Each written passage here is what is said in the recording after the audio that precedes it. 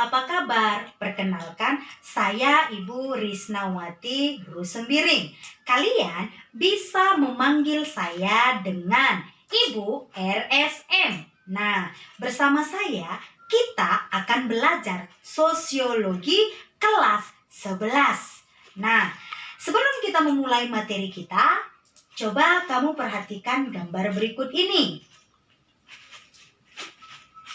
Nah, di gambar berikut ini menunjukkan bahwasanya adanya sekumpulan masyarakat yang memiliki ciri fisik yang berbeda-beda.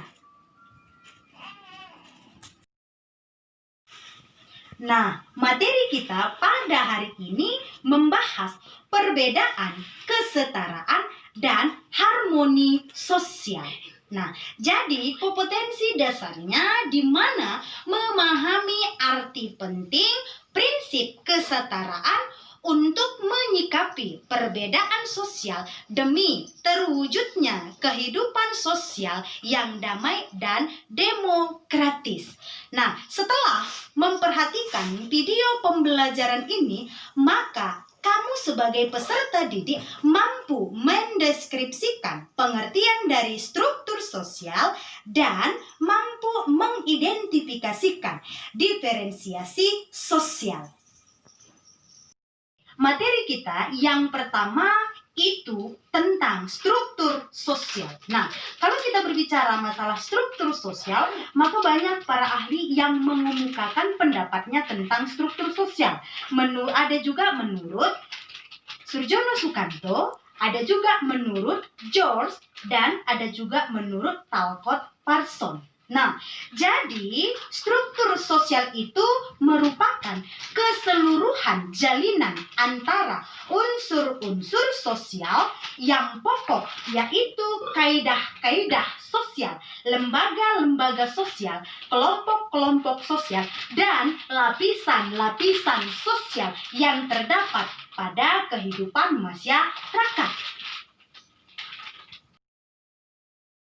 Selanjutnya, kita membahas ciri-ciri struktur sosial. Ciri-ciri struktur sosial yang pertama mengacu pada hubungan-hubungan sosial yang pokok. Lalu yang kedua mengacu semua hubungan sosial baik antara individu pada sosial tertentu.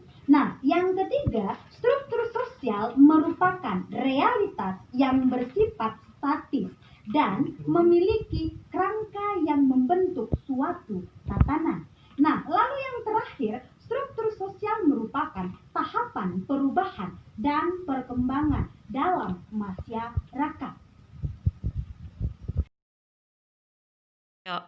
Adapun fungsi dari struktur sosial menurut Mayor Pollak sebagai pengawas sosial dan dasar penanaman disiplin sosial.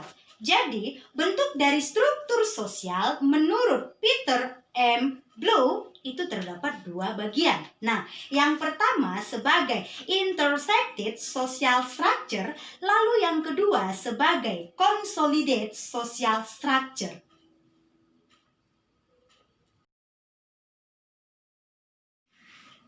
Yang kedua, diferensiasi sosial, yang artinya pengelompokan masyarakat secara horizontal atau sederajat. Misalnya, bisa kita lihat dari segi profesi yang dimilikinya, bisa dilihat dari segi jenis kelaminnya, bisa dalam bentuk agama maupun ras yang dimiliki oleh setiap masyarakat.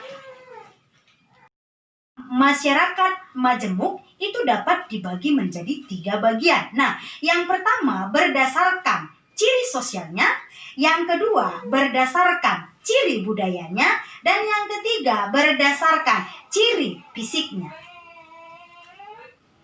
Nah, adapun bentuk-bentuk dari diferensiasi sosial bisa kamu perhatikan gambar berikut ini. Yang pertama, diferensiasi ras, yang artinya ciri fisik yang dimiliki oleh setiap manusia. Yang kedua, suku bangsa. Yang ketiga, klan, di mana terdapat 2 pembagian. Yang pertama, garis keturunan yang dianut dari ayah ataupun patrilinear. Yang bisa kita lihat dari gambar berikut ini adalah suku Karo. Yang kedua itu matrilinear, yang dimana garis keturunan yang diambil dari ibu, contohnya dari suku Minang. Keempat, diferensiasi berdasarkan agama. Yang kelima, diferensiasi sosial berdasarkan gender ataupun jenis kelamin yang dibawa sejak lahir. Lalu yang terakhir, diferensiasi berdasarkan profesi yang dimiliki oleh masing-masing masyarakat.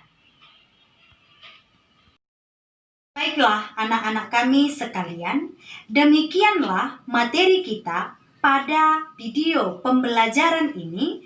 Ibu harap kalian dapat memahami materi kita pada hari ini dan silahkan kerjakan LKPD-nya yang sudah Ibu share di Google Classroom kita. Terima kasih dan sampai jumpa di video berikutnya.